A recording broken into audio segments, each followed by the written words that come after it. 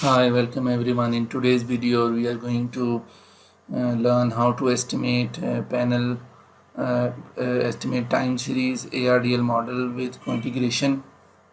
In our previous videos, we have already discussed how to do a simple ARDL in quantile regression method.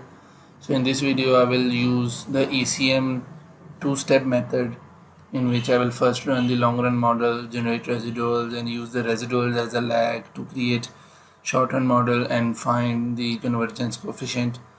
So in this study, I'm going to start with this discussion. So first of all, these are following libraries that need to be installed and then loaded.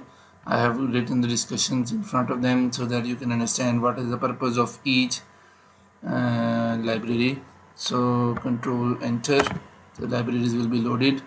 The first library is QuantMod. It is usually to access online data.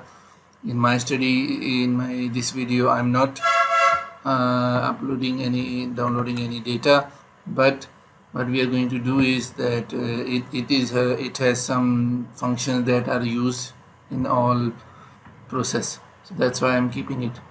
So I'm going to load one data. This is the command. This data includes few variables. I will show it here. It includes GDP, agriculture value added, industry value added, and some logistics variables. So but I will use only few of them just to show the process. First of all, when you have to do the ECM method ARDL, you need lags and first differences of the variables. So first of all, I will create a log of GDP, and then it creates its first lag and first lag of industry and first lag of agriculture. When I do it, it will create new variables which are actually lags. So if you come here, you can see that first value is not there because it is a lag. Then I will create their first differences by subtracting the level variable with the lag, and that first differences form will also be shown here. So these are all the variables that I need, assuming that I don't need more than one lag in the regression. This command can be used to see the descriptives of all the variables, and then if you want to see normality, this is ggqqplot plot, and you run it, it will show a QQ plot. You can see if the data is normal or not. Similarly, you can use Shapiro test. You can also check for normality, so it is normal. Then you can also make scatter plots by comparing independent variables with each other. So here it's opposite, so the GDP is on x-axis and industry on y-axis. So if you want other way around, what you can do is move the industry first and then write GDP so that it is shown like this. So dependent variable is on y-axis, so it is hinting a positive slope. So I will change the other one too.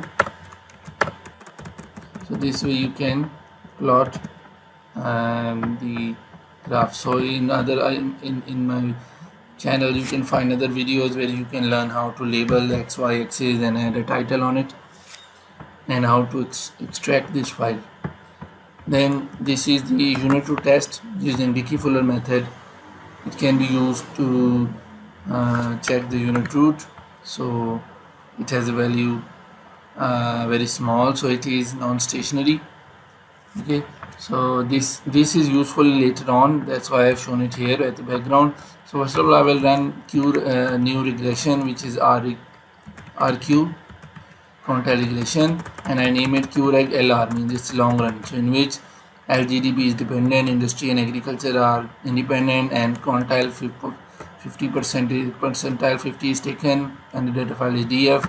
When I run it and check the summary, it will tell me these are the coefficients, and the lower and upper bounds are negative. It means it is significant. If the signs are changing between lower and upper, it means it is 0 is in between the bounds, so it will be non-stationary. So I will generate the residuals, store it in the same data file, and now I can check the stationarity of the residuals. If the residuals are stationary, it means the long run relation exists, otherwise it is spurious. So what I will do, I will select the ECM here, and make sure when you're checking residuals, so it will be none. So we'll use no intercept value, because we assume that the error term has mean value 0. So it is high enough. You can check from the article of EDF where the critical values are provided. So if it is bigger than that in magnitude, then it is significant. So I have shown you the method to check. Similarly, now I will check the short run. For that, the logic is that now since the long run is done, now need to make plots. For that, you have to run it again and then write sequence 0.5 to 0.95 and jump by 0.5. And you do it and then write plot, it will make you a graph. If I show it in highlight, you can see that the red line is this, its mean value, and others are its changings. So since 0 is not there in all cases, so it means all of them are significant for all quantile points. So this way you can show the plots. And then now I'll go towards long run. For the short run, for that I need to add the residuals lag value. I have generated lag here. Then short run equation is change in GDP equal to change in industry, change in agriculture plus lag of error term, which I named ECM, and quantile 0.5. Then if I run it, so lag ECM is not generated yet. So ECM is not found. So it is saying that lag, so it's df dollar ECM.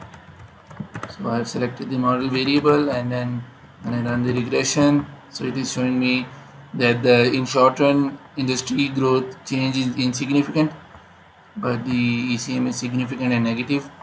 Now we can plot it using, so this is showing that there is convergence because it's negative, and if you want to calculate its speed, it's 1 over this coefficient. It will be very slow because it's near to 0.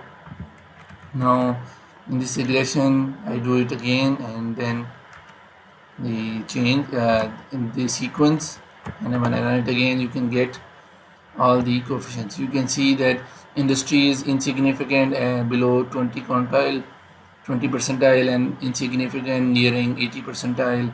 ECM is significant throughout, and it is very high. It's high nearing small quantiles and low nearing to 0 above 20 percentile.